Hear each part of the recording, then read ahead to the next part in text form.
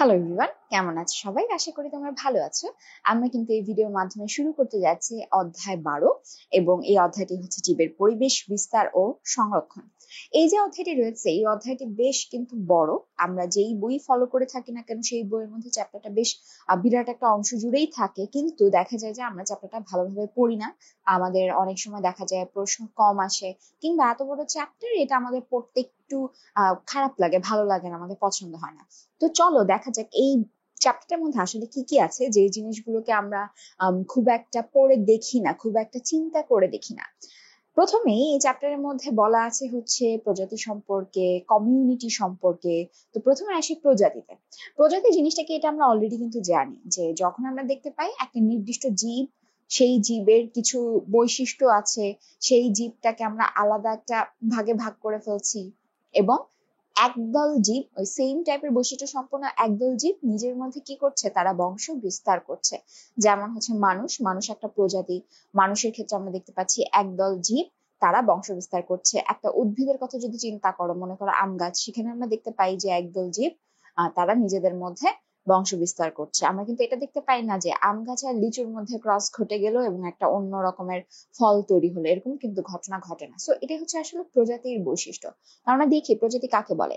প্রজাতি বলতে বোঝায় বিভিন্ন বৈশিষ্ট্যে সর্বাধিক মিল সম্পন্ন একদল জীব, যারা নিজেদের মধ্যে যৌন মিলনে উর্বর সন্তান উৎপাদনে সক্ষম। মানে তাদের যে সন্তানটা হবে সেটা উর্বর হবে, পরবর্তীতে নতুন আরেকটা সন্তান তারা জন্ম দিতে পারবে। সেটা উদ্ভিদের ক্ষেত্রে নতুন উদ্ভিদ জন্ম দিতে পারবে, প্রাণীর ক্ষেত্রে নতুন প্রাণী জন্ম দিতে পারবে, কিন্তু অন্য দলের সদস্যের সাথে মিলনে উর্বর সন্তান উৎপাদনে অক্ষম। অন্য দলের সদস্যের সাথে যদি সন্তান উৎপন্ন হয়ও, সেই সন্তান কখনোই উর্বর হবে না। মানে সেখান থেকে সেই একটা ক্রসিং ঘটনা, একটা উদ্ভিদ থেকে কোনো প্রকারের পরবর্তীতে বীজ আমরা পাবো না। হয়তো সেটা কৃত্রিম ভাবে সম্ভব, কৃত্রিম ভাবে দুটো ডিফারেন্ট স্পিসিসের মধ্যে ক্রস ঘটানো সম্ভব, প্রাকৃতিক ভাবে সেটা হবে না কখনোই। এবং তাদের মধ্যে যদি সন্তান হয়ও, সেটা কখনো উর্বর না। এরপর দেখো বলা আছে প্রজাতি বৈশিষ্ট্য সম্পর্কে। এই যে প্রজাতির যে সংজ্ঞা থেকে কিন্তু আমরা বুঝে গিয়েছে এটার বৈশিষ্ট্য কি কি থাকতে পারে। জীবগুলোর মধ্যে বাহ্যিক বৈশিষ্ট্যে মিল থাকবে। যেমন মনে করো মানুষের ক্ষেত্রে মানুষকে প্রজাতি বলছি, সেখানে যখন আমরা এটাকে আলাদা প্রজাতি বলবো এবং একদল জীবের কথা চিন্তা করব, সবসময় আমাদের মাথায় আসবে যে মানুষের ক্ষেত্রে সবগুলো মানুষের মধ্যেই দেখা যাবে যে তাদের বডির একটা মাথা আছে, বডি আছে, হাত পা আছে, তারপরে তাদের ভেতরকার যে শারীরবৃত্তীয় কাজগুলো, সেই কাজগুলো একই রকমের। যে হার্ট আছে, হার্টের প্রকোষ্ঠ 4টা, তারপর একটা লিভার আছে, তারপরে মুখ দিয়ে খাবার তারা নিচ্ছে, তারা সোজা হয়ে দাঁড়াতে পারছে, ব্রেইন ফাংশন করছে। এই ধরনের সবকিছু কিন্তু মিল থাকবে একদল জীবের মধ্যে। এবং দেখো একই প্রজাতিভুক্ত জীব একটি অপরের সাথে ইন্টারব্রিড করে উর্বর সন্তান উৎপাদন করতে পারে, কিন্তু অন্য প্রজাতিভুক্ত কোনো জীবের সাথে ইন্টারব্রিড করে উর্বর সন্তান উৎপাদনে অক্ষম। এটা আগেই বলা হয়ে গেছে। একই প্রজাতিভুক্ত জীবের বৈশিষ্ট্যের মধ্যে বৈশিষ্ট্য পার্থক্য থাকলে তা থাকবে নিরবিচ্ছিন্ন। এখন দেখো এই নিরবিচ্ছিন্ন কথাটা কেন আসছে। মনে করো তুমি একটা মানুষকে দেখতে পাচ্ছ, একটা মানুষ, তার হাইট হয়তো খুব বেশি না। তুমি মনে করো আরেকটা মানুষ দেখলে তার হাইট আরেকটু বেশি, আরেকটা মানুষ দেখলে তার হাইট আরেকটু বেশি। এই যে দেখো, পূর্ণাঙ্গ 3টা মানুষকে তুমি যখন দেখছো, পূর্ণ বয়স্ক 3টা মানুষকে যখন দেখছো, 3জনের হাইট 3 রকম দেখলে, কিন্তু এই যে তাদের বৈশিষ্ট্যটা, এই বৈশিষ্ট্য কিন্তু নিরবিচ্ছিন্ন। তাদের মধ্যে কিন্তু শুধু এই হাইটের কিছু কিছু পার্থক্য থাকছে, শুধুমাত্র তাদের ক্রোমোজোমের কারণে। ক্রোমোজোমের যে বৈশিষ্ট্যটা আছে সেটার ফেনোটাইপিক বৈশিষ্ট্যের কারণে, সেই বাহ্যিক বৈশিষ্ট্য প্রকাশের ডিফারেন্সের কারণে। কিন্তু দেখো তাদের মধ্যে দুটো হাত আছে, দুটো পা আছে, এই জায়গাগুলো মিল আছে, বাহ্যিক দিক থেকে কিন্তু মিল আছে। জাস্ট একটা বৈশিষ্ট্যের মধ্যে কন্টিনিউয়াসলি আস্তে আস্তে বিভিন্ন ধরনের হাইটের মানুষ আমরা দেখতে পাচ্ছি। তাদের মধ্যে একেবারেই আলাদা করে ফেলার মতো কোনো বৈশিষ্ট্য নেই। এমন নেই যে কারো একজনের বডির ভেতরে আরো এক্সট্রা দুটো হাত আছে। এরকম যদি থাকতো তখন কিন্তু আমি দেখা যেত এটাকে আলাদা একটা স্পিসিস বলতাম। দেখা যেত যে দুটো মানুষের ক্ষেত্রে তাদের হাইট সেম হওয়া সত্ত্বেও একটা মানুষের দুটো হাত বেশি থাকলে আমি তখন তাকে বলতাম যে না, সে এই হোমোসেপিয়েন্স এর অন্তর্ভুক্ত না, সে একটা ডিফারেন্ট স্পিসিস। তার মানে বেসিক যেই বৈশিষ্ট্যগুলো, বেসিক যেই সকল প্রজাতি নির্দিষ্ট করার যে বৈশিষ্ট্যগুলো রয়েছে, আমরা ম্যামাল হিসেবে আমাদের যা যা বৈশিষ্ট্য থাকার কথা সেই বৈশিষ্ট্যগুলো যখন থাকছে তখনই সেটাকে আমরা বলছি সেম স্পিসিসের সদস্য। এক্সট্রা যখন কিছু থাকবে, বাড়তি যখন কিছু থাকবে, তখন সেটার নিরবিচ্ছিন্ন বৈশিষ্ট্য হবে না। এই হাইট একটা নিরবিচ্ছিন্ন বৈশিষ্ট্য, এটা পার্থক্য থাকছে তবে নিরবিচ্ছিন্ন। তারপরে মনে করো মানুষের গায়ের কালার, কারো হয়তো গায়ের কালারটা একটু ডার্ক, কারো হয়তো দেখা যাবে যে একটু বেশি ফর্সা। বিভিন্ন ভৌগোলিক অবস্থানের কারণে কিন্তু বিভিন্ন ধরনের গায়ের রং আমরা দেখতে পাই, এটাও কিন্তু নিরবিচ্ছিন্ন ধরনের একটা বৈশিষ্ট্য।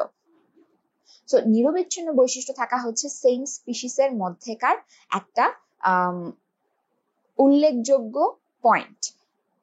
যদি নিরবিচ্ছিন্ন বৈশিষ্ট্য না পাই, আমরা যদি একদম কমপ্লিটলি ডিফারেন্ট বৈশিষ্ট্য পাই, তখনই সেটাকে আমরা সেম স্পিসিস আর বলতে পারবো না। তো আশা করি নিরবিচ্ছিন্ন ব্যাপারটা তোমরা বুঝতে পারছো। আর সেই সাথে মনে রাখবে এই কন্টিনিউয়াস কথাটা এসেছে তাদের ক্রোমোজোমের বৈশিষ্ট্যের কারণে। ক্রোমোজোম গুলো মিলিত হয়ে, সবগুলো ক্রোমোজোম মিলে আর যেই ফেনোটাইপিক বৈশিষ্ট্যটা দেখায়, সেই ফেনোটাইপিক বৈশিষ্ট্যগুলো নিরবিচ্ছিন্ন আমরা পাবো, তখনই সেটাকে আমরা বলতে পারি সেম স্পিসিসের তারা সদস্য। সেটার উদাহরণ যেমন গায়ের রং বলেছি, যেমন হাইট বলেছি, ঠিক একইভাবে চোখের রং হতে পারে, তারপরে মানুষের চুলের কালার হতে পারে, এই জিনিসগুলো হতে পারে। ওকে, এরপরে দেখো বলা আছে একই প্রজাতিভুক্ত জীবসমূহ একই পূর্বপুরুষ থেকে উদ্ভূত। অবশ্যই একই পূর্বপুরুষ থেকে যদি উদ্ভূত হয় তাহলেই তাদের মধ্যে এই ক্রোমোজোমীয় বৈশিষ্ট্যগুলোর মিল থাকবে, নয়তো কিন্তু থাকবে না। সো আমাদের যে পূর্বপুরুষ, সেই পূর্বপুরুষে অবশ্যই হোমোসেপিয়েন্স ছিল। হোমোসেপিয়েন্স না হলে কিন্তু এই বৈশিষ্ট্যগুলোর মধ্যে, এই ক্রোমোজোমীয় বৈশিষ্ট্যগুলোর মধ্যে এত মিল থাকা সম্ভব না। তো আমরা বুঝতে পারছি প্রজাতির কি কি বৈশিষ্ট্য ছিল। পৃথিবীতে উদ্ভিদ প্রজাতির সংখ্যা যদি আমরা একটু দেখি, এখানে একটা লিস্ট দেওয়া আছে এবং এই লিস্টটা নেওয়া হয়েছে হচ্ছে 1992 সালের, 1997 সালের সোর্স গুলো থেকে। তো এগুলো কিন্তু বেশ পুরনো। এমনও হতে পারে তোমরা যেই বই ফলো করো না কেন, সেই বইয়ের মধ্যে হয়তো প্রজাতির সংখ্যা এখন একটু ডিফারেন্ট থাকতে পারে, বেশি থাকতে পারে, কিংবা কম থাকতে পারে বর্তমানে জীবিত প্রজাতির ক্ষেত্রে যদি চিন্তা করি। তো সেক্ষেত্রে কিন্তু কিছুটা চেঞ্জ হতে পারে, তবে যেই বই থেকে এই তথ্যগুলো সংগ্রহ করা হয়েছে সেই বই অনুযায়ী, সেই সময়ের অনুযায়ী এই সংখ্যাগুলো কিন্তু সঠিক। আচ্ছা, এখন দেখো এখানে ব্যাকটেরিয়ার কথা বলা আছে, বর্ণনা করা হয়েছে 4000। অনুমিত প্রজাতির সংখ্যা দেখো অনেক বেশি, প্রায় 10 লাখ, তাই তো? তো 10 লাখের মধ্যে আমরা বর্ণনা করতে পেরেছি 4000, তো বাকিগুলো কিন্তু এখনো বর্ণনা করা সম্ভব হয়নি, সেগুলো আবিষ্কারও করা যায়নি। তারপরে রয়েছে 72,000 ছত্রাক, কিন্তু দেখো আমরা 15 লাখ দেখতে পাচ্ছি হচ্ছে তার অনুমিত প্রজাতির সংখ্যা। শৈবাল, লাইকেনের ক্ষেত্রে, সবগুলোর ক্ষেত্রে দেখো আমরা অনুমিত প্রজাতির সংখ্যা কিন্তু বেশি পাচ্ছি। শুধু এই জিমনোস্পার্মের ক্ষেত্রে দেখো আমরা একদম বর্ণনাকৃত যে প্রজাতি আর অনুমিত প্রজাতির সংখ্যা একদম সমান সমান পাচ্ছি। এদের ক্ষেত্রে আমরা সবগুলোই আবিষ্কার করে ফেলতে পেরেছি। অ্যাঞ্জিওস্পার্মের ক্ষেত্রেও প্রায় সবগুলোই বর্ণনা করা সম্ভব হয়ে গিয়েছে।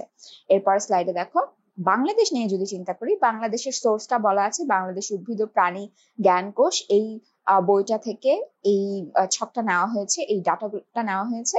ব্যাকটেরিয়া আছে 171 প্রজাতির, সায়ানোব্যাকটেরিয়া 300, এরকম ভাবে বেশ কয়েকটা সংখ্যা বলা আছে। এবং এইখানে এই যে নগ্নবীজী উদ্ভিদের সংখ্যাটা, এই সংখ্যাটা আমরা মনে রাখবো, কারণ এই সংখ্যাটা সম্পর্কে কিন্তু আমরা আরো একটা চ্যাপ্টারে পড়েছি। টেরিডোফাইটের সংখ্যাটাও আমরা মনে রাখবো, এটাও আমরা আরো একটা জায়গায় পড়েছি। ব্রায়োফাইটের সংখ্যাটাও মনে রাখবো, এটাও আমরা একটা চ্যাপ্টার আলাদা করে পড়েছি। তো এই জিনিসগুলো আমাদের জন্য গুরুত্বপূর্ণ হতে পারে আমাদের পরীক্ষার জন্য। এরপরে চলো দেখো বলা আছে যে এই সংখ্যা প্রকাশিত হওয়ার পর 5-6 বছরে আরো কিছু প্রজাতি নথিভুক্ত করা হয়েছে। তার মানে এই সংখ্যাগুলো কিন্তু আরো বাড়বে, আস্তে আস্তে বাড়বে। এই কথাটা আমি আগেই বলে ফেলেছি। সেম সংখ্যা কিন্তু তুমি সব সময় পাবে না, সব বইতেও পাবে না, সব সোর্সেও পাবে না। আচ্ছা, এখন দেখো জীব গোষ্ঠী বা পপুলেশন। একটি নির্দিষ্ট স্থানে একই সময়ে বসবাসকারী একই প্রজাতির একদল জীবকে বলা হয় পপুলেশন বা জীব গোষ্ঠী। মনে করো 1650 সালে যে কয়জন মানুষ এই নির্দিষ্ট এলাকার মধ্যে বাস করতেন, 1750 সালে সেই সংখ্যাটা প্রায় দ্বিগুণ হয়ে গেল। তো 1650 সালের জন্য এটা হচ্ছে সেখানকার পপুলেশন।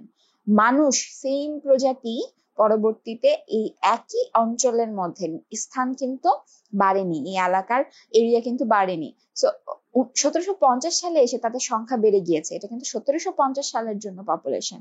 1850 সালে দেখো পপুলেশন আরো বেড়ে গিয়েছে। এবং প্রত্যেক ক্ষেত্রেই দেখো এই নির্দিষ্ট এলাকাটা কিন্তু একদম স্পেসিফিক, এবং ছবিটা দেখে বুঝতে পারছি একই প্রজাতি আসলে এখানে বোঝানো হচ্ছে। তাহলে বুঝলাম যে একটা নির্দিষ্ট স্থানে একই সময়ে মানে নির্দিষ্ট সময়ে বসবাসকারী একই প্রজাতির, অন্য প্রজাতি চিন্তা করব না, মানুষের ক্ষেত্রে শুধু মানুষই গুনবো। সেই শহরের মধ্যে কুকুর বিড়াল কত আছে, পাখি কত আছে সেটা গুনবো না। আবার যদি আমি ঢাকা শহরের মধ্যে মনে করো কি পরিমাণ কুকুর আছে যদি গুনতে যাই, তাহলে সেটা কুকুরের পপুলেশন হবে। আমি কি সেখানে আর মানুষের পপুলেশন কল্পনা করব না, সেটা গুনবো না, তখন সেটা হয়ে যাবে পপুলেশন। আমি একই প্রজাতি শুধু চিন্তা করব, ডিফারেন্ট প্রজাতিকে মিক্সড করব না, তাহলে আমার সেটা হবে জীবগোষ্ঠী।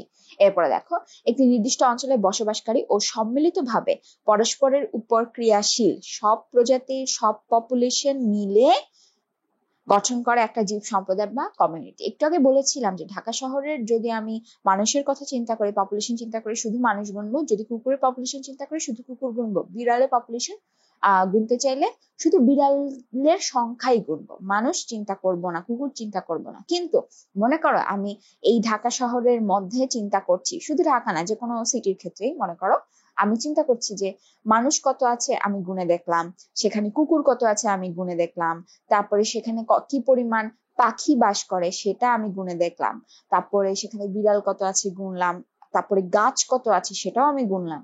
তো আমি সকল প্রকারের জীবের সংখ্যা গুনলাম, সকল প্রজাতির সংখ্যা আমি গুনলাম।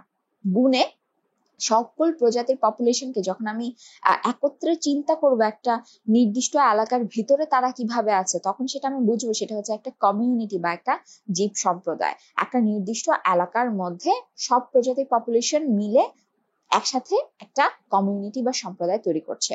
এবং দেখো, সব জীবের সব কমিউনিটি মিলিতভাবে তৈরি করছে জীব মন্ডল বা বায়োস্ফিয়ার। পুরো পৃথিবীর কথা চিন্তা করো, পুরো পৃথিবীতে যত প্রকারের প্রজাতি আছে সব প্রজাতিরই তো একটা পপুলেশন আছে।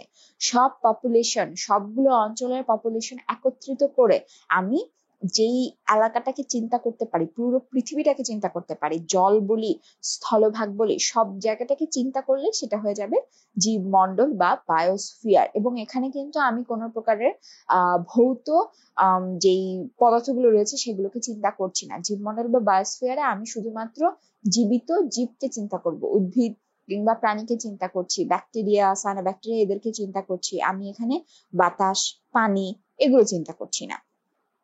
এরপর স্লাইডে দেখো আমরা ছবিটা দেখতে পাচ্ছি, এবং তার আগে দেখো বলা আছে বায়োস্ফিয়ারের জীবসমূহ একে অপরের উপর নির্ভরশীল, সেছাড়া পৃথিবীর ভৌত পরিবেশের উপর নির্ভরশীল। ভৌত পরিবেশে আছে বায়ুমণ্ডল, বাড়িমণ্ডল, অশ্বমণ্ডল। বায়ুমণ্ডল বলতে বোঝাচ্ছে বাতাস, বাড়িমণ্ডল বলতে বোঝাচ্ছে পানি, আমাদের যে সমুদ্র, নদী, খাল, বিল, লেক সেগুলো, এবং অশ্বমণ্ডল বলতে বোঝাচ্ছে হচ্ছে মাটি, তারপর আমাদের যে লাভা মণ্ডল আছে সেটা, লাভার যে অঞ্চলটা সেটা। তো অশ্বমণ্ডল, বায়ুমণ্ডল, বায়ুমণ্ডল। এখানে দেখো পপুলেশন, দেখো একটা জায়গার মধ্যে অনেকগুলো ব্যাঙ আছে, এটা হচ্ছে ব্যাঙের পপুলেশন। এবং এই যে একটা ব্যাঙ, সে হচ্ছে একটা অর্গানিজম বা স্পিসিসের একটা প্রাণী। অনেকগুলো অর্গানিজম, সেম স্পিসিসের অনেকগুলো অর্গানিজম একত্রিত হয়ে পপুলেশন তৈরি করেছে। এই পপুলেশন, এই এলাকার মধ্যে আরো কিছু জীবের পপুলেশন আছে, আরো কিছু প্রজাতির পপুলেশন আছে। যেমন বক, বকের একটা পপুলেশন আছে, ফড়িং এর একটা পপুলেশন আছে, তারপরে ঘাসের একটা পপুলেশন আছে। এই সবগুলোকে একত্রে চিন্তা করলাম কমিউনিটি। আবার আমি যদি আরেকটু বড়ভাবে চিন্তা করি, এই এলাকার মধ্যে পানি আছে, বাতাসও আছে, সূর্যের আলো আছে। এই সূর্যের আলোকে ব্যবহার করে ঘাস খাবার তৈরি করলো, সেই খাবারটা খেয়ে ব্যাঙাচি গুলো বেঁচে থাকলো, ফড়িংটা বেঁচে থাকলো, তারপর ব্যাঙ বড় হয়ে ফড়িংকে খেলো, বক ব্যাঙকেও খাচ্ছে, আবার সে ফড়িং পেলে ফড়িংকেও ধরে খেয়ে ফেলছে। তো এইটা হচ্ছে ইকোসিস্টেম। ইকোসিস্টেমের মধ্যে আমার কি লাগবে? শক্তির প্রবাহ, পুষ্টির প্রবাহ নিশ্চিত করতে হবে। এরপর রয়েছে বায়োস্ফিয়ার। আমি যদি এরকম কমিউনিটি গুলোকে পুরো পৃথিবী জুড়ে প্রত্যেকটা কমিউনিটিকে একত্রিত করে চিন্তা করি, এখানে একটা ছোট কমিউনিটি আছে, এখানে আছে, এখানে আছে, পুরো অঞ্চল জুড়ে আমি যদি কমিউনিটি গুলোকে চিন্তা করি, তখন সেখানে আমি পাবো হচ্ছে তার বায়োস্ফিয়ার। আর বায়োস্ফিয়ারের সাথে যে বাতাস, পানি, মাটির উপাদান, এই সবকিছুকে আমি যখন একত্রিত চিন্তা করব, তখন সেটা হয়ে যাবে কি, সেখানে আমরা দেখতে পাবো সেটা আসলে ইকোস্ফিয়ার। ইকোস্ফিয়ার তখনই যখন আমরা দেখতে পাই যে বায়োস্ফিয়ারের উপাদানগুলোর সাথে বায়ু, পানি এবং মাটির আন্তঃক্রিয়া ঘটে, সেটাই হয়ে যায় ইকোস্ফিয়ার। এরপর দেখো পপুলেশনের বৈশিষ্ট্যের মধ্যে কিছু জিনিস রয়েছে। আমরা তো প্রজাতি বৈশিষ্ট্য পড়েছি, পপুলেশনের বৈশিষ্ট্য এখনো পড়িনি। পপুলেশনের সংজ্ঞা থেকেই আমরা বুঝেছি যে একটা নির্দিষ্ট জায়গায় প্রজাতির সদস্য আমরা গুনছি। এখন দেখো ঘনত্ব বা বিস্তার সম্পর্কে বলা আছে, একটা নির্দিষ্ট সময় একটা একক আয়তন জায়গায় কোন প্রজাতির যতগুলো সদস্য আছে তা হলো পপুলেশনের ঘনত্ব। আমরা কিন্তু অনেক সময় পড়েছি যে ঢাকা শহরে মানুষের পরিমাণ কত, ঢাকা শহরে মানুষের ঘনত্ব কত বা বিস্তার কত, তারপরে অন্য অঞ্চলগুলোতে ঘনত্ব বা বিস্তার কত, এই জিনিসগুলো কিন্তু আমরা সাধারণ জ্ঞানে অনেক সময়ই পড়েছি। আমরা যখন ছোটবেলায় সমাজ বই পড়তাম তখন কিন্তু এই জিনিসগুলো আমাদের পড়তে হতো। তো এই ঘনত্ব বলতে কি বোঝাচ্ছে, একটা নির্দিষ্ট এলাকায় হতে পারে, মনে করো ঢাকা শহরের একটা নির্দিষ্ট অঞ্চল, সেটা হতে পারে ফার্মগেট এরিয়া, হতে পারে মিরপুর এরিয়া, হতে পারে মনে করো লালমাটিয়া এরিয়া কিংবা ধানমন্ডি এরিয়া, এই জায়গাগুলোর মধ্যে পপুলেশনের ঘনত্ব নির্দিষ্টভাবে আমি চিন্তা করছি। আবার আরেকটু যদি বড় জায়গায় চিন্তা করি তাহলে পুরো ঢাকার মধ্যে পপুলেশনের ঘনত্ব আমি চিন্তা করছি। আচ্ছা, তারপরে দেখো জন্ম মৃত্যুর হার। জন্ম মৃত্যুর হার বলতে বোঝায় যে প্রতি বছর প্রতি হাজারে কতটা শিশু জন্মায়, সেটা হচ্ছে জন্ম হার। আর মৃত্যু হার হচ্ছে প্রতি হাজারে প্রতি বছরে কতগুলো মানুষ মারা যাচ্ছে, সেটা হচ্ছে মৃত্যু হার। যদি জন্ম হারের চেয়ে মৃত্যু হার বেশি হয়, পপুলেশন আস্তে আস্তে কমতে থাকবে। যদি জন্ম হারের চেয়ে মৃত্যু হার কম হয় তাহলে পপুলেশন আস্তে আস্তে বাড়তে থাকবে। এবং যদি দুটো সমান সমান হয় তাহলে পপুলেশন থেমে থাকবে, আটকে থাকবে, পপুলেশন বৃদ্ধি শূন্য। পপুলেশন বৃদ্ধি শূন্য মানে কিন্তু সেই এলাকায় নতুন বাচ্চা জন্ম হচ্ছে না তা কিন্তু না, নতুন বাচ্চা জন্ম হচ্ছে কিন্তু সেই সাথে মানুষ মারাও যাচ্ছে কিংবা সেই প্রজাতির প্রাণীটা মারাও যাচ্ছে। ফলে তাদের টোটাল গ্রোথটা জিরো দেখাচ্ছে। এবং এখানে একটু চিন্তা করে দেখো, যে সকল দেশ রয়েছে যাদের পপুলেশন আস্তে আস্তে কমে যাচ্ছে সেখানে আসলে কি ঘটছে, যেমন মনে করো চীন, জাপান, এই সকল কান্ট্রির মধ্যে এখন দেখা যাচ্ছে যে তাদের বয়স্ক লোক বেড়ে গিয়েছে এবং তাদের যে তরুণ শিশু তাদের সংখ্যা কম, শিশু জন্ম হারও কম। ফলে কি হচ্ছে, তাদের বয়স্ক সংখ্যা তো বেশি, ফলে বেশি মানুষ আস্তে আস্তে মারা যাচ্ছে আর জন্ম নিচ্ছে কিন্তু কম। ফলে কি হচ্ছে, তাদের পপুলেশন আলটিমেটলি কমে যাচ্ছে। আবার বাংলাদেশের ক্ষেত্রে আমরা দেখতে পাই যে মানুষ আসলে মারা যাচ্ছে কম এবং শিশু জন্মের হার এখানে বেশ বেশি। তো পুরোটুকু মিলিয়ে দেখা যাচ্ছে যে পপুলেশন আস্তে আস্তে বৃদ্ধি পাচ্ছে। তো কিভাবে একটা দেশের পপুলেশন বাড়ে বা কমে সেটা আমরা বুঝতে পারছি। সংখ্যা বৃদ্ধি জিনিসটা কি, সবচেয়ে সুবিধাজনক পরিবেশে কোনো পপুলেশন কতটা বৃদ্ধি পেতে পারে, এটা হচ্ছে তার প্রচ্ছন্ন সংখ্যা বৃদ্ধি শক্তি। মনে করো একটা নির্দিষ্ট অঞ্চলে অনেকগুলো হরিণ আছে, সেখানে কোনো বাঘের আনাগোনা নেই এবং যথেষ্ট পরিমাণ ঘাস আছে। ফলে কি হবে, হরিণ সেখানে, যেহেতু সেখানে কোনো শিকারী প্রাণী নেই, সে সেখানে নিজের মনের মতো বেঁচে থাকতে পারবে, সে সংখ্যা বৃদ্ধি করতে থাকবে, তার কিন্তু ন্যাচারাল কারণ ছাড়া মৃত্যুর কোনো উপায় নেই, সে বার্ধক্যজনিত কারণেই শুধু মারা যাবে। ফলে কি হবে, তার আস্তে আস্তে পপুলেশন কিন্তু বাড়বে, কারণ তার জন্মহার অনেক বেশি হবে, তার মৃত্যু হার অনেক কম হবে। তো ওই জায়গায় হরিণের পপুলেশন অনেক বাড়বে এবং সর্বাধিক সে যতটা বৃদ্ধি পেতে পারে সেটাকে বলা হয় প্রচ্ছন্ন সংখ্যা বৃদ্ধি শক্তি। প্রচ্ছন্ন সংখ্যা বৃদ্ধি শক্তি পর্যন্ত আসলে কোনো প্রজাতি যেতে পারে না, কারণ কোনো না কোনো কারণে দেখা যায় যে সেখানে স্পেশালি বন জঙ্গলের ক্ষেত্রে শিকারী প্রাণী থাকে, ফলে তাদের এই প্রচ্ছন্ন সংখ্যা বৃদ্ধি শক্তি পর্যন্ত তারা হিট করতে পারে না। প্রচ্ছন্ন সংখ্যা বৃদ্ধি শক্তিটা আমরা শুধু আন্দাজ করতে পারি যে এত নির্দিষ্ট সময়ের মধ্যে তাকে যদি সুবিধাজনক পরিবেশ আমি দিই তাহলে 10 বছরে সে কি পরিমাণ বংশ বৃদ্ধি করতে পারে, এটা কিন্তু তার একটা প্রচ্ছন্ন সংখ্যা বৃদ্ধি শক্তি। কিংবা সে 50 বছরে কি পরিমাণ তার জনসংখ্যা বাড়াতে পারবে, এটাই প্রচ্ছন্ন সংখ্যা বৃদ্ধি শক্তি। এরপরে দেখো সীমিতকরণ শক্তি। কোনো পপুলেশনই তার প্রচ্ছন্ন সংখ্যা বৃদ্ধি শক্তিকে অনির্দিষ্ট সময়ের জন্য কাজে লাগাতে পারে না। তার মানে হচ্ছে প্রচ্ছন্ন সংখ্যা বৃদ্ধি শক্তি পর্যন্ত সে কিন্তু আসলে পৌঁছাতে পারছে না, এটা তার সীমিতকরণ হয়ে যাচ্ছে এবং পরিবেশীয় প্রভাবক সমূহ পপুলেশনের বৃদ্ধিকে সীমিত রাখে। এই কারণেই আমরা দেখতে পাই একটা জায়গার মধ্যে শিকারী আস্তে আস্তে বাড়ে, যদি সেখানে হরিণ বেশি থাকে দেখবে যে সেখানে বাঘের আনাগোনা বাড়বে, ফলে কি হবে, পপুলেশন হরিণের আস্তে আস্তে কমে যাবে। আবার হরিণের পরিমাণ যদি অনেক কমে যায় তখন বাঘ অন্য জায়গায় চলে যেতে থাকবে খাবারের অভাবে, ফলে ওই জায়গায় বাঘের সংখ্যাও কমে যেতে থাকবে। এভাবে করে একটা নির্দিষ্ট জায়গায় পপুলেশনের একটা ব্যালেন্স থাকে, কখনোই হুট করে বেড়ে যায় না কিংবা কমে যায় না। তারা পরিবেশীয় প্রভাবকের মাধ্যমেই দেখা যাচ্ছে যে একটা নির্দিষ্ট পরিমাণে ব্যালেন্সড অবস্থায় নির্দিষ্ট এলাকায় বিভিন্ন প্রজাতি থাকছে। বয়সের বন্টন যদি চিন্তা করি, পপুলেশনে বিদ্যমান বিভিন্ন বয়স বা দল যেটা আছে সেই এজ গ্রুপকে আমি ভাগ করলাম, ভাগ করে এদের শতকরা হার করলাম, সেটাই বয়সের বন্টন। এটা হচ্ছে আমরা বিভিন্ন ফর্ম যখন ফিল আপ করি আমাদের কিন্তু দেখা যায় এজ গ্রুপ থাকে, মনে করো বলা থাকে যে তোমার বয়স কি 15 থেকে 18-র মধ্যে, তোমার বয়স কি 19 থেকে 23 বছরের মধ্যে, তোমার বয়স কি 24 থেকে 30 বছরের মধ্যে, এরকম কিন্তু ভাগ থাকে। এটা হচ্ছে একটা এজ গ্রুপ। মনে করো আমি একটা নির্দিষ্ট এলাকার মধ্যে নির্দিষ্ট পপুলেশনের মধ্যে দেখতে পেলাম যে 15 থেকে 18 বছরের যারা রয়েছে তাদের সংখ্যা সবচেয়ে বেশি এখানে, মনে করো এখানে 60 জন রয়েছে এরকম। এরপরে মনে করো 19 থেকে 23 বছরের মধ্যে আছে হচ্ছে মনে করো 20 জন, আর 24 থেকে 30 বছরের মধ্যে আছে মনে করো সেখানে 20 জন, তাহলে আমার টোটাল কত হলো 100 জন। এখন আমি এই 60 জনকে যদি শতকরা ভাবে চিন্তা করি তাহলে আমি বুঝতে পারছি সেই নির্দিষ্ট এলাকায় এই এজ গ্রুপটা আছে 60%। এটা হচ্ছে বয়সের বন্টন, 60% আছে হচ্ছে এরকম টিনেজার। সো এভাবে করে কিন্তু বয়সের বন্টন করা হচ্ছে। এরপর চলে যায় জীবগোষ্ঠীর ভারসাম্যতে। জীবগোষ্ঠীর যে ভারসাম্য দেখো বলা আছে যে পরিবেশের ক্ষতিকারক উপাদান যদি না থাকে এবং বহন ক্ষমতা যদি ঠিক থাকে তাহলে জীবগোষ্ঠীর মধ্যে ভারসাম্য রক্ষা হবে। আমি একটা পরিবেশের মধ্যে নির্দিষ্ট প্রজাতিকে বাঁচতে দিলাম, সেখানে শিকারীও থাকলো, সেখানে উৎপাদক থাকলো, সেখানে খাদক থাকলো, সবই থাকলো, কিন্তু ক্ষতিকারক কিছু দিচ্ছি না। আমি সেখানে কোনো প্রকারের খারাপ জিনিস কেমিক্যাল কোনো কিছু ফেলছি না যাতে করে আমার ইকোসিস্টেমের কোনো একটা প্রজাতি নষ্ট হয়ে যায়, কিংবা আমি সেখানে হুট করে গিয়ে সেখানে শিকার করা শুরু করে তাদের সংখ্যা কমিয়ে ফেললাম না। এমন যদি হয় তখন কিন্তু জীবগোষ্ঠীর ভারসাম্যটা নিজে নিজেই রক্ষা হবে। কিন্তু অধিকাংশ ক্ষেত্রে দেখা যায় জীবগোষ্ঠীর ভারসাম্য রক্ষা হতে পারে না, কারণ হচ্ছে মানুষ সেখানে যায়, মানুষকে সেখানে প্রাণীকে তাড়িয়ে দিচ্ছে, মানুষ সেখানে গিয়ে ঘর বাড়ি করছে, সেখানে চাষযোগ্য জমি তৈরি করছে, ফলে কি হচ্ছে সেখানে জীবগোষ্ঠীর ভারসাম্য আর থাকছে না। সেখানে নির্দিষ্ট পরিমাণ যে প্রজাতি থাকতে পারতো তারা আস্তে আস্তে দূরে সরে যাচ্ছে।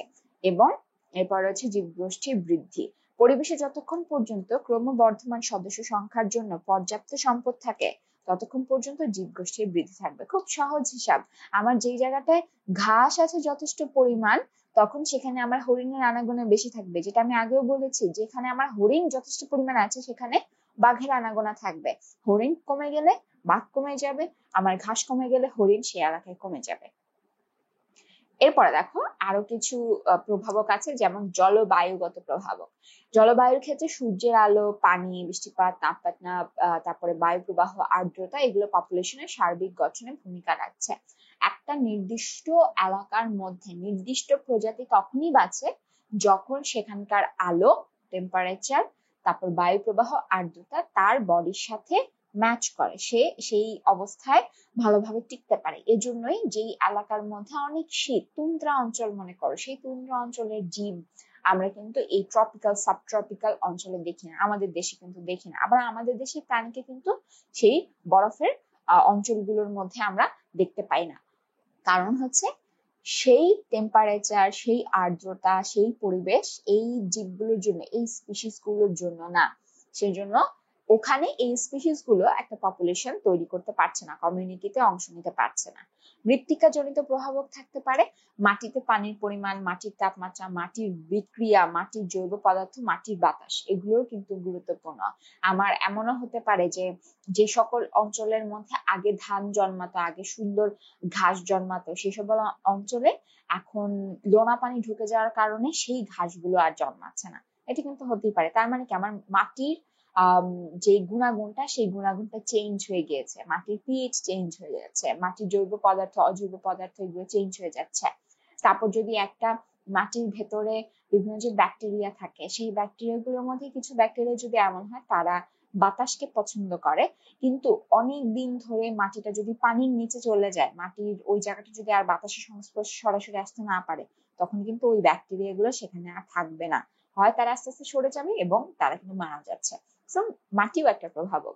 ভূসংস্থান সম্পর্কিত প্রভাব, যেমন সমুদ্র পৃষ্ঠ হতে উচ্চতা, পাহাড়ের ঢাল, সমুদ্র পৃষ্ঠ থেকে যত উঁচুতে যাচ্ছে তখন কিন্তু উদ্ভিদের টাইপ, বিভিন্ন ধরনের উদ্ভিদ আমরা তখন ডিফারেন্ট রকম দেখতে পাই। পাহাড়ি অঞ্চলে যা জন্মায় আর সমতল অঞ্চলে যা জন্মায় দুটো কিন্তু সেম না, তাদের মধ্যে পার্থক্য থাকে, তাদের মধ্যে ফলনের হারের মধ্যেও চেঞ্জ থাকে। পাহাড়ের ঢালের মধ্যে সব ধরনের উদ্ভিদ জন্মাবে না, সমতল ভূমির অধিকাংশ উদ্ভিদ পাহাড়ের ঢালে থাকবে না। তো এটাও একটা বিষয়। তারপর জীব সম্পর্কিত প্রভাব, উদ্ভিদের সাথে উদ্ভিদের সম্পর্ক, উদ্ভিদ ও প্রাণীর সম্পর্ক, ধারক উদ্ভিদ ও পরাশ্রয়ী উদ্ভিদের সম্পর্ক। যেমন একটা উদ্ভিদ এমনও হতে পারে সে আরেকটা উদ্ভিদকে জন্মাতে বাধা দেয়। মনে করো ইউক্যালিপটাস গাছ, ইউক্যালিপটাস গাছের নিচে কিন্তু সকল ধরনের উদ্ভিদ জন্মাতে পারে না, সরিষা গাছের চারপাশে সকল ধরনের উদ্ভিদ জন্মাতে পারে না, তাদের ভেতর থেকে কেমিক্যাল নিঃসৃত হয়। তো উদ্ভিদের সাথে উদ্ভিদের এই সম্পর্কটার কারণে দেখা যাবে ওই অঞ্চলটার মধ্যে কিছু কিছু উদ্ভিদ আর জন্মাতে পারছে না। আবার মনে করো এমন কিছু উদ্ভিদ আছে যে সকল উদ্ভিদের যেই ডাল রয়েছে সেখানে সকল পাখি গিয়ে সুন্দর করে বাসা বাঁধে। তো সেখানে দেখতে পাবো যে ওই গাছটার মধ্যে অনেক রকমের পাখি এসেছে, কাঠবিড়ালি থাকছে, অন্যান্য ছোট ছোট প্রাণীও সেখানে থাকতে পারছে। আবার এমনও হতে পারে যে এমন একটা উদ্ভিদ আছে যে উদ্ভিদে আসলে পাখি বাসা বাঁধতে পারে না, যে উদ্ভিদে প্রাণী গাছ বেয়ে গেছেও প্রাণীগুলো গাছ বেয়ে উঠতে পারে না, সেখানে কিন্তু ওই প্রাণীগুলো আর থাকবে না, তারা কিন্তু তাদের বাসস্থান খুঁজতে অন্য জায়গায় চলে যাবে। তারপর ধারক উদ্ভিদ পরাশ্রয়ী উদ্ভিদের সম্পর্কও রয়েছে। পরাশ্রয়ী উদ্ভিদ সকল ধরনের উদ্ভিদই কিন্তু বাঁচতে পারবে না। পরাশ্রয়ী উদ্ভিদগুলো যেই উদ্ভিদে বাঁচতে পারে সেই উদ্ভিদে তারা তখনই জন্মাবে যখন সে সেখানে যথেষ্ট পরিমাণে আলো, খাবার, তারপর বাতাস, এই সব কিছু তারা প্রপারলি পাবে। তো এগুলোও কিন্তু একটা প্রভাবক। তারপরে দেখো বায়োটিক কমিউনিটি। আমরা ততক্ষণ পপুলেশন সম্পর্কে জানলাম যে পপুলেশন আসলে কি কি ভাবে বাড়তে পারে কিংবা কমতে পারে, কি কি প্রভাবকের উপর এটা ডিপেন্ড করে। এখন আসি কমিউনিটিতে। জীব সম্প্রদায় হচ্ছে একটা নির্দিষ্ট স্থানে একই পরিবেশে, নির্দিষ্ট স্থান একই পরিবেশে বিভিন্ন উদ্ভিদ ও প্রাণী সমূহের প্রাকৃতিক সমাবেশ, যারা একে অপরের উপর সহনশীল, নির্ভরশীল এবং ক্রিয়াশীল, একজন আরেকজনকে খেয়ে বেঁচে থাকছে। এখন দেখো জীব সম্প্রদায়ের বৈশিষ্ট্য কি? প্রজাতির বিভিন্নতা থাকবে অবশ্যই। প্রজাতির বিভিন্নতা না থাকলে সেটাকে জাস্ট আমি পপুলেশন বলতাম, সেটাকে সম্প্রদায় বলতাম না। এবং দেখো এখানে কি হচ্ছে, খাদ্য, আশ্রয়, প্রজনন এই ব্যাপারগুলো থাকছে এবং এই জিনিসগুলোর জন্য একে অপরের উপর নির্ভরশীল কিংবা জড় পরিবেশের উপর নির্ভরশীল। যেমন মানুষ যখন একটা জায়গায় গিয়ে তার আশ্রয় তৈরি করে তখন কিন্তু তার কাঠ লাগছে, ইট লাগছে, এগুলো কোথা থেকে আসছে? উদ্ভিদ থেকে আসে, মাটি থেকে আসে। আবার খাবারের জন্য নির্ভর করছে বিভিন্ন ফল মূল, সবজি, তারপর ধান, গম, এই সকল উদ্ভিদের উপর। তারপর প্রজননের ক্ষেত্রেও কিন্তু বিভিন্ন জীব রয়েছে যাদের দেখা যায় যে নির্দিষ্ট ঋতুতে তারা বংশ বিস্তার করে। তারপর প্রজননের অঞ্চলও রয়েছে, যেমন সকল ধরনের মাছ কিন্তু মিঠা পানিতে এসে ডিম পারে না, আবার সকল মাছ কিন্তু লবণাক্ত পানিতে ডিম পারবে না। এই ব্যাপারগুলো কিন্তু ইম্পর্টেন্ট। এগুলো কিন্তু দেখা যাচ্ছে যে জড় পরিবেশের উপর সম্পূর্ণভাবে তারা নির্ভরশীল হয়ে আছে। তারা প্রজননে সক্ষম, খাদ্য সংগ্রহে সক্ষম, খাদ্য তৈরিতে সক্ষম না, আশ্রয় তৈরি করতেও সক্ষম, কিন্তু জড় পরিবেশের একটা ভূমিকা সেখানে থাকবে। বৃদ্ধির ধরন এবং গঠন। একটা জীব সম্প্রদায়ে যে সকল জীব রয়েছে তাদের বৃদ্ধির ধরন ডিফারেন্ট। যেমন আমরা যখন কুকুর বিড়ালের ক্ষেত্রে চিন্তা করি তখন আমরা দেখতে পাচ্ছি তারা বছরে যতবার করে তারা বাচ্চা জন্ম দিতে পারছে। উদ্ভিদের ক্ষেত্রে কিন্তু দেখা যায় যে কিছু উদ্ভিদ আছে 3 মাস পর পর তারা ফুল দিয়ে বীজ তৈরি করতে পারে, আবার কিছু উদ্ভিদ আছে যারা বছরে একবার ফুল দিয়ে একবার বীজ তৈরি করে। তাহলে তাদের বৃদ্ধির ধরন, প্রজননের ধরন ডিফারেন্ট। আর বৃদ্ধির ধরনের ক্ষেত্রে আমরা দেখতে পাই কিছু উদ্ভিদ আছে খুব স্লোলি বাড়ছে, আর কিছু উদ্ভিদ আছে যেমন আগাছা দেখা যাচ্ছে যে 10-15 দিনেই বেশ বড় হয়ে যাচ্ছে। সো তাদের মধ্যে পার্থক্য আছে। তারপরে আধিপত্য। সম্প্রদায়ভুক্ত প্রজাতির মধ্যে মাত্র কয়েকটা প্রজাতি, এদের সংখ্যা, আকার, অন্যান্য কর্মকাণ্ড দ্বারা পুরো সম্প্রদায়ের উপর আধিপত্য বিস্তার করে থাকে। চিন্তা করো আমরা যেই জায়গায় মানুষ থাকি সেই জায়গায় কিন্তু মানুষই আধিপত্য বিস্তার করে থাকে। মানুষ সেখানে অধিকাংশ জায়গা জুড়ে থাকে। কুকুরের পরিমাণ কম, বিড়ালের পরিমাণ কম। তারপরে আবার পাখির পরিমাণের কথা যদি চিন্তা করি দেখা যাবে যে একটা শহরের মধ্যে যেই জায়গার মধ্যে ময়লা টলা বেশি ফেলা হয় সেই জায়গায় কিন্তু কাকের পরিমাণ বেশি। তো এই কাকটা অন্যান্য প্রাণীর চাইতে সংখ্যায় বেশি, সে আধিপত্য কিন্তু বিস্তার করে আছে, সে অন্য পাখির চাইতে সংখ্যায় বেশি হয়ে আছে। তো এইভাবে কিন্তু আধিপত্য বিস্তার করা হয়ে যায়। এরকম বিভিন্ন প্রজাতির আধিপত্য আমরা দেখতে পাই। সকল ধরনের কমিউনিটিতে কোনো না কোনো প্রজাতি আধিপত্য বিস্তার করবে। এবং দেখো স্তর বিন্যাস, স্তর বিন্যাসের ক্ষেত্রে দেখতে পাচ্ছি যে লম্বালম্বী স্তর বিন্যাস থাকে, যেমন হচ্ছে একটা বন সম্প্রদায়। লম্বালম্বী স্তর বিন্যাসটা কি, দেখো এখানে তাদের যেই উচ্চতা, সেই উচ্চতার উপর ভিত্তি করে একটা স্তর বিন্যাস করা হচ্ছে। যেমন ওভার স্টোরি স্তর, সবচাইতে উঁচু যেই লম্বা বৃক্ষ আছে, যেমন মনে করো বড় বড় রেইন ট্রি, সেই সকল উদ্ভিদ হচ্ছে সবচেয়ে উঁচু স্তর। এবং এগুলো কি করে, সবচেয়ে উঁচু যেই করই গাছ আছে, রেইন ট্রি আছে, তারা কি করছে, প্রচুর ছায়া দিয়ে থাকে, চারপাশে বিস্তৃত হয়ে যায়। এবং সেখানে কিন্তু অনেক পাখিও বাসা বাঁধে, একই গাছে বিভিন্ন প্রজাতির পাখি থাকে। আরেকটা হচ্ছে আন্ডার স্টোরি, একটু কম উচ্চতার যে সকল বৃক্ষ প্রজাতি আছে, মনে করো আম জাম গাছ, এগুলো এগুলো খুব বেশি কিন্তু উঁচু না। এরপরে আরেকটা হচ্ছে ট্রান্সগ্রেসিভ স্তর, এগুলো হচ্ছে যে সকল উদ্ভিদ ছায়া প্রিয়। আন্ডার স্টোরি আর ওভার স্টোরি কিন্তু ছায়া প্রিয় না। সো আমি যদি জিনিসটাকে একটু আঁকার চেষ্টা করি, তাহলে দেখতে পাবো যে একটা উদ্ভিদ থাকবে এরকম বড়, বিশাল জায়গা জুড়ে সে থাকবে, আরেকটা স্তর থাকবে, আন্ডার স্টোরিটা থাকবে হচ্ছে এই জায়গায়, আর এটার ছায়ার মধ্যে থাকবে হচ্ছে ট্রান্সগ্রেসিভটা। এটা এবং এটা, এরা দুজন হচ্ছে আলো প্রিয়, তারা আলো চায়, এজন্য তারা উঁচু হয়, উপরে উঠে আলোটাকে বেশি শোষণ করে। ট্রান্সগ্রেসিভ ছায়াতে জন্মাবে। চারা স্তর দেখো, বড় বৃক্ষের চারাও হতে পারে, আবার ঘাস জাতীয় উদ্ভিদও হতে পারে। এটা ছায়াতেও হতে পারে, আবার সে আলো পছন্দ করতে পারে। বড় বৃক্ষের চারা হলে সে কিন্তু আলো পছন্দ করবে, কিন্তু তার হাইটের জন্য এটাকে আমি চারা স্তর বলছি। ভূ সংলগ্ন স্তর, ভূ সংলগ্ন স্তরে ব্যাকটেরিয়া থাকে, ছত্রাক জন্মায়, তারপর পোকামাকড় থাকে। এই লেয়ারটার মধ্যে আমার মাশরুম আমি দেখতে পাবো, এই লেয়ারটার মধ্যে আমি দেখতে পাবো ব্যাকটেরিয়া আছে, এই লেয়ারটার মধ্যে আমি দেখবো পোকামাকড় উঠছে। সো এই জায়গাটা হচ্ছে ভূ সংলগ্ন স্তর। সো এই কয়েকটা স্তর কিন্তু আমরা দেখতে পাবো। এরপর দেখো ক্রমাগমন, ক্রমাগমন বলতে বোঝায় পরিবেশীয় পরিবর্তনের সাথে কোনো কোনো জীব প্রজাতির অবলুপ্তি ঘটে, আর কোনো কোনো জীব প্রজাতির আবির্ভাব ঘটে। আমরা জানি যে আগে পৃথিবীতে কি ছিল, ডাইনোসর ছিল, তাই তো? সো ডাইনোসর কিন্তু এখন নেই, সো এটা কি হয়েছে, বিলুপ্তি ঘটেছে। আবার ডাইনোসরের সময় কিন্তু মানুষ ছিল না, তো মানুষ যখন এসেছে তখন ডাইনোসর চলে গেল, নতুন একটা জীব প্রজাতি আসলো, আর সেই জীব প্রজাতিটা কি, মানুষ হচ্ছে সেই জীব প্রজাতিটা। সো এটা কিন্তু একটা ক্রমাগমন। তারপরে দেখো খাদ্য স্তর গঠন ও পুষ্টির স্বয়ংসম্পূর্ণতা। দেখো এখানে খাদ্য স্তর, পুষ্টি স্বয়ংসম্পূর্ণতার কথা যখনই আসবে, তখন সেখানে উৎপাদক আসবে, সেখানে খাদক আসবে, সেখানে বিয়োজক আসবে। বিয়োজক হচ্ছে যারা পচন করায় দেয়, আর উৎপাদক হচ্ছে যারা উৎপাদনকারী বা নিজের বডির ভেতরে খাবার তৈরি করে, সালোক সংশ্লেষণ করে। তৃণভোজী, মাংসভোজী হচ্ছে খাদক। সো সকল ধরনের জীবের সমাবেশ ঘটে কি হচ্ছে, একটা খাদ্য শৃঙ্খল এবং একটা শক্তি প্রবাহ তৈরি হচ্ছে। এরপর রয়েছে সময়ের সাথে সম্প্রদায়ের পরিবর্তন। এটা একটা গুরুত্বপূর্ণ বিষয় যে বিভিন্ন ঋতুতে আমরা বিভিন্ন প্রজাতির সংখ্যার হ্রাস বৃদ্ধি দেখতে পাই। কিরকম, বাংলাদেশের মধ্যে বিভিন্ন জায়গায় কিন্তু শীতকালে পরিযায়ী পাখির আগমন ঘটে, তাই তো? অতিথি পাখি আসে। এই যে অতিথি পাখিটা আসলো, সেটা কিন্তু নির্দিষ্ট সময় পর চলে যায়। মনে করো ফেব্রুয়ারি মার্চের দিকে তারা কিন্তু আস্তে আস্তে তাদের জায়গায় আবার ফেরত চলে যায়। সো ডিফারেন্ট ঋতুতে সে আসলো, নির্দিষ্ট সময় থাকলো, বাকি বছরের বাকি ঋতুতে কিন্তু সে আর থাকছে না। ঠিক একইভাবে বিভিন্ন প্রাণী রয়েছে যারা শীতকাল আসলে হাইবারনেশন বা শীত নিদ্রাতে চলে যাবে, তাদেরকে কিন্তু আমি তখন কমিউনিটির মধ্যে আর দেখতে পাবো না। ফলে তারা যে লুকিয়ে গেল, আমার তখন দেখে মনে হবে যে এই প্রজাতির সংখ্যাটা কমে গিয়েছে।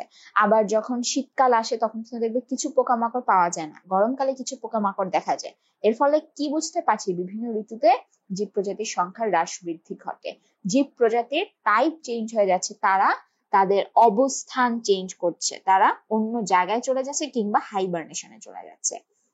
এরপরে দেখো এই যে ছবিটা রয়েছে, এই ছবির মধ্যে আমরা দেখতে পাচ্ছি অর্গানিজম।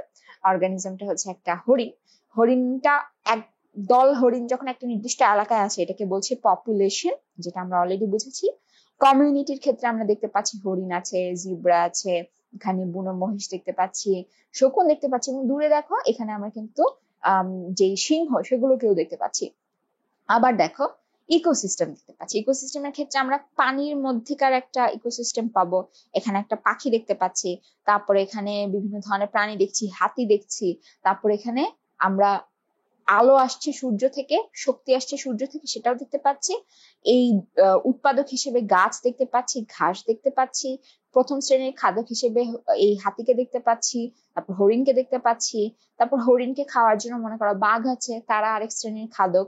আবার তারা মারা গেলে মনে করো এই শকুন, চিল এরা হচ্ছে পরবর্তীতে এসে মরা যে সকল অংশ রয়েছে সেগুলোকে খেয়ে ফেলবে, এবং মাটির মধ্যে আরো কি থাকবে, বিয়োজক থাকবে। সেম একই টাইপের ইকোসিস্টেম এই পানিটার মধ্যেও কিন্তু আমরা দেখতে পাবো। সো এটা একটা ইকোসিস্টেম। আর বায়োস্ফিয়ার হচ্ছে আমরা এই পুরো পানি, তারপর মাটি, এই এরিয়ার মধ্যে যত জীব দেখতে পাবো সেই সবগুলোই হচ্ছে বায়োস্ফিয়ার। যত জীব কমিউনিটি দেখবো তাদের একত্রিত করে আমরা বায়োস্ফিয়ার বলছি। আর বায়োস্ফিয়ারের সাথে যখন আমি পানি, তারপর মাটি, তারপর বাতাস এদের আন্তঃক্রিয়াকে চিন্তা করব, তখন সেটা হয়ে যাবে ইকোস্ফিয়ার। তো আমরা তাহলে এই ভিডিওতে কি জানলাম? জানলাম হচ্ছে একটা পপুলেশন কাকে বলে, একটা কমিউনিটি কাকে বলে, ইকোসিস্টেমটা আমরা এখন জানিনি, এটা আমরা পরবর্তী ভিডিওতে জানবো। এবং এই কমিউনিটির মধ্যে কিভাবে কাজ করছে তারা, কিভাবে তারা কমিউনিটির মধ্যে সংখ্যা বৃদ্ধি করতে পারে, কিভাবে একটা পপুলেশন সংখ্যা বৃদ্ধি ঘটে, পপুলেশনের ক্ষেত্রে কখন সেটা বাড়বে, কখন সেটা কমবে, সেখানে কি শুধুমাত্র জীবগুলোই একে অপরের উপর প্রভাব ফেলছে, নাকি সেখানে ভৌত পরিবেশও তাদের উপর প্রভাব ফেলছে, সেই জিনিসগুলো সম্পর্কেও কিন্তু আমরা জেনেছি। আশা করি তোমরা এই ভিডিওটা সম্পূর্ণভাবে বুঝতে পেরেছো। জিনিসগুলো কিছুটা বোরিং তোমাদের কাছে লাগতে পারে, জিনিসগুলো হয়তো তোমরা এর আগে ভালোভাবে পড়ে দেখোনি। তো আমি তোমাদেরকে সাজেস্ট করবো তোমরা যেই বই পড়ো না কেন সেই বইয়ের সাথে এই ভিডিওর সাথে মিলিয়ে মিলিয়ে টপিক গুলোকে একটু যদি নিজেরা পড়ে নাও, তাহলে কিন্তু তোমাদের জন্য বুঝতে অনেক সুবিধা হবে। এখন এখান থেকে প্রশ্ন কিভাবে আসে সেটা একটু আলোচনা করে ফেলি।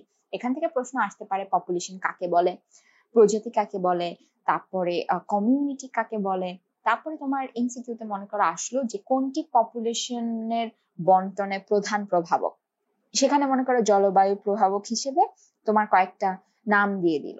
কিংবা প্রশ্ন এটা করলো যে পপুলেশন বন্টনে জলবায়ুগত প্রভাবক কোনটি, অপশনে মনে করো সূর্যের আলো দিল, তারপরে মনে করো মাটির যে বৈশিষ্ট্যগুলো এগুলো দিল, তখন অ্যান্সার কি হবে, তোমার এই সূর্যালোকটা হচ্ছে অ্যান্সার। তো এভাবে কিন্তু এখান থেকে প্রশ্ন আসা সম্ভব।